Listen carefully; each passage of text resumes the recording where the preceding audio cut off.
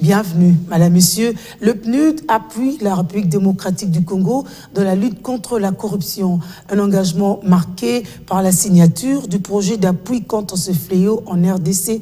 Le financement s'étale sur 4 ans, soit de 2021 à 2024, avec un budget de 10 53 337 $ américains. Un peu plus de la moitié de cette somme est disponible. Près de 6 millions de dollars américains à mobiliser. Cette signature est une étape clé et symbolique dans cette lutte qui fait suite à la réponse positive du PNUD d'appuyer le gouvernement congolais.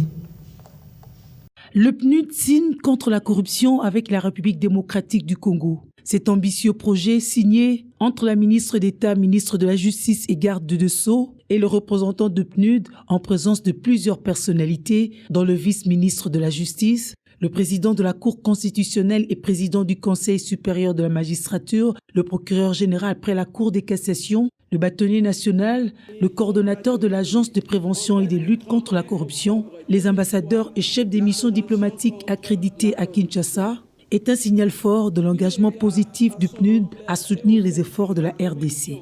La réduction sensible et durable de la corruption demeure sans aucun doute l'un des redoutables défis des nouvelles autorités du pays dans l'optique d'asseoir une bonne gouvernance, une croissance économique durable et inclusive, la consolidation de la paix et un développement durable du pays.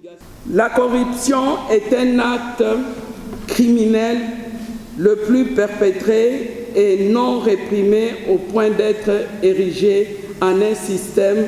Son éradication doit partir d'une volonté politique clairement affirmée et doit impliquer tous les niveaux de la hiérarchie du pays. Ce projet de financement s'étale sur 4 ans, soit de 2021 à 2024, avec un budget de 10 53 837 $ américains. Un peu plus de la moitié de cette somme est disponible et près de 6 millions de dollars américains à mobiliser. Le succès de la mise en œuvre de ce projet va reposer autant sur le partenariat annoué avec les structures officielles et la société civile que sur l'implication et l'adhésion des citoyens en général et des acteurs de la justice en particulier.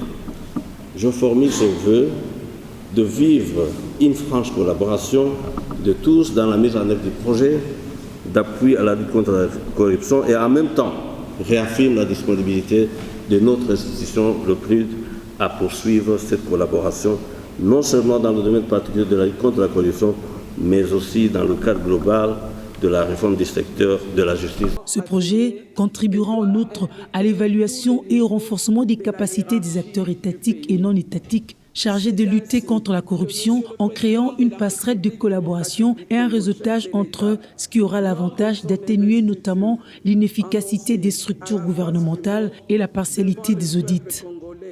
La corruption étant un des actes criminels le plus perpétrés et non réprimés au point d'être érigé en système, son éradication doit partir d'une volonté politique clairement affirmée et doit impliquer tous les niveaux de la hiérarchie du pays, credo de Rose Mutombo, qui précise que c'est à juste titre que le chef de l'État est favorable à la révisitation du cadre légal en la matière et la mise en place de nouveaux mécanismes et moyens plus adaptés à la mutation du phénomène de la corruption avec des sanctions plus dissuasives.